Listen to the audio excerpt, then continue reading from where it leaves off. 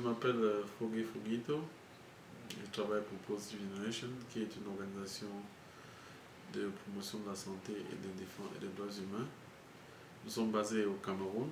Nous existons depuis 1998. J'en suis le directeur exécutif aujourd'hui. Le plaidoyer, la défense des droits humains de manière générale est notre travail, mais plus particulièrement des femmes, parce que les femmes sont dans la catégorie des couches les plus vulnérables, les plus marginalisées, du fait soit des questions sexo-spécifiques, soit du fait aussi de leur position dans la société moderne de manière générale. Donc très tôt, nous avons commencé à travailler sur les questions des droits des femmes, aussi relativement liées même à l'identité de notre organisation qui est à la base d'une organisation de personnes affectées par le VIH. Vous savez que c'est les femmes qui étaient les personnes les plus touchées. Et aussi dans notre organisation, les 3/5 des membres sont des femmes. Sur le plan du droit, on peut dire que sur le plan sociétal, on ne voit pas très bien la place ou le rôle qu'elles ont en matière de droit, bien qu'il est stipulé que tout le monde a les mêmes droits. Mais dans la pratique, ce n'est pas souvent le cas. On le voit aussi dans la vie quotidienne. Dans les familles, on peut privilégier l'éducation des hommes par rapport aux femmes. C'est vrai que ça diminue de plus en plus. Dans notre sens, sur le sens de questions liées à la sexo-spécificité, il y a un sérieux manque d'outils et matériels d'information pour les femmes ou dédiés aux femmes.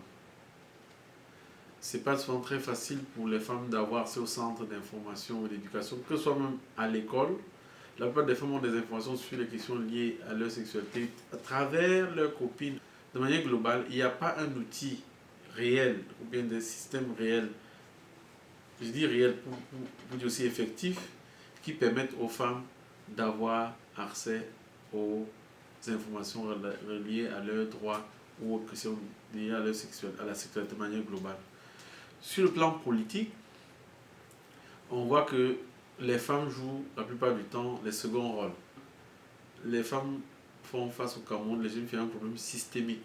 Le système qui ne les permet pas aussi équitablement que les autres à émerger.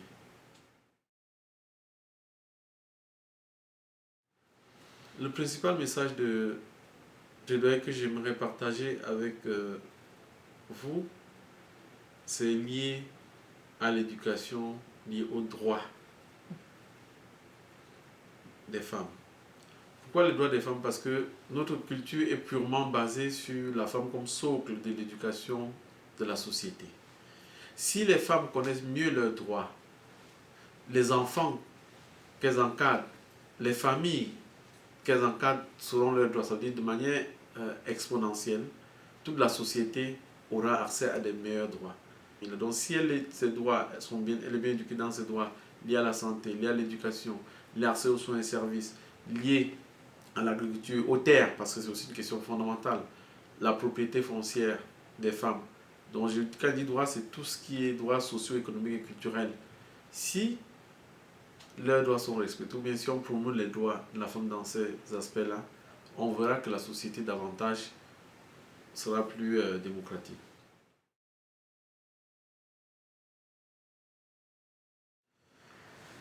Je crois que c'est une question un peu à double tranchant parce que le gouvernement nous dira qu'il fait déjà tous ses efforts sur la politique. Mais je crois que réellement, ce que le gouvernement peut faire, c'est rendre effectives toutes les politiques qui sont votées soit au Parlement, soit en cours, dédiées à l'applicabilité des objectifs de développement durable.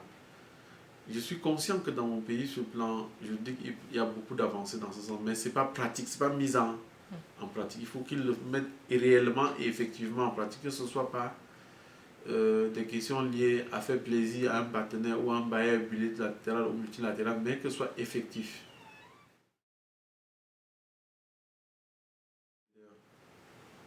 C'est d'être tenace. Rien n'est gagné, rien n'est aussi difficile. C'est juste être tenace et être tenace, cohérent et avoir la conviction dans les causes qu'on défend. Croyez en ce que vous voulez faire. Le plaidoyer, c'est une des forces non violentes qui puisse exister pour changer les choses. Ça ne peut pas se faire en un jour, mais c'est un processus. Et pour ça, vous devez capter ou bien vous approprier cette arme non violente.